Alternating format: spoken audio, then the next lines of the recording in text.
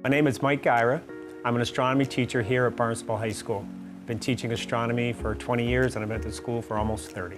Well, the Barnstable Educational Foundation is a phenomenal organization. They provide opportunities for us teachers we wouldn't normally have otherwise.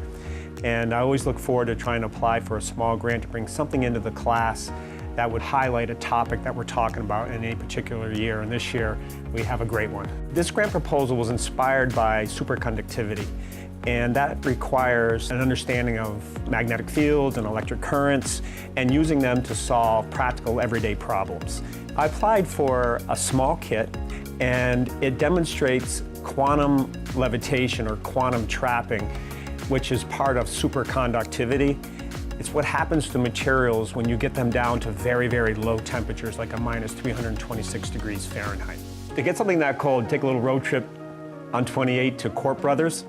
And my favorite place on Cape Cod is their distribution center, because that's where you get all your liquid nitrogen, your hydrogen, your oxygen, all the kinds of things you wonder, like, where do they make that stuff?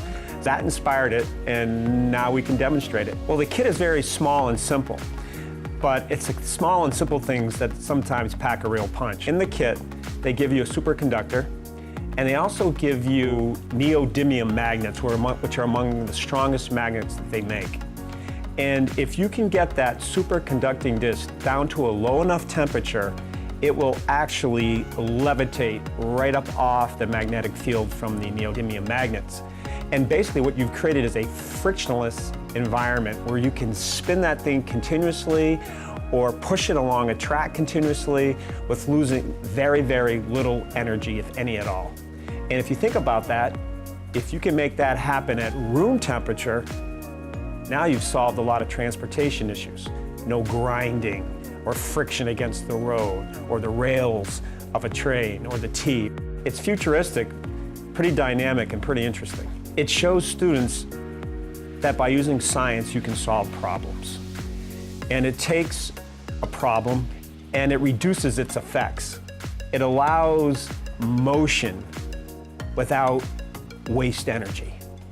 And when you think about cars, gasoline, most of the gallon of gasoline goes off as heat, not to move the car. It's not a very efficient vehicle.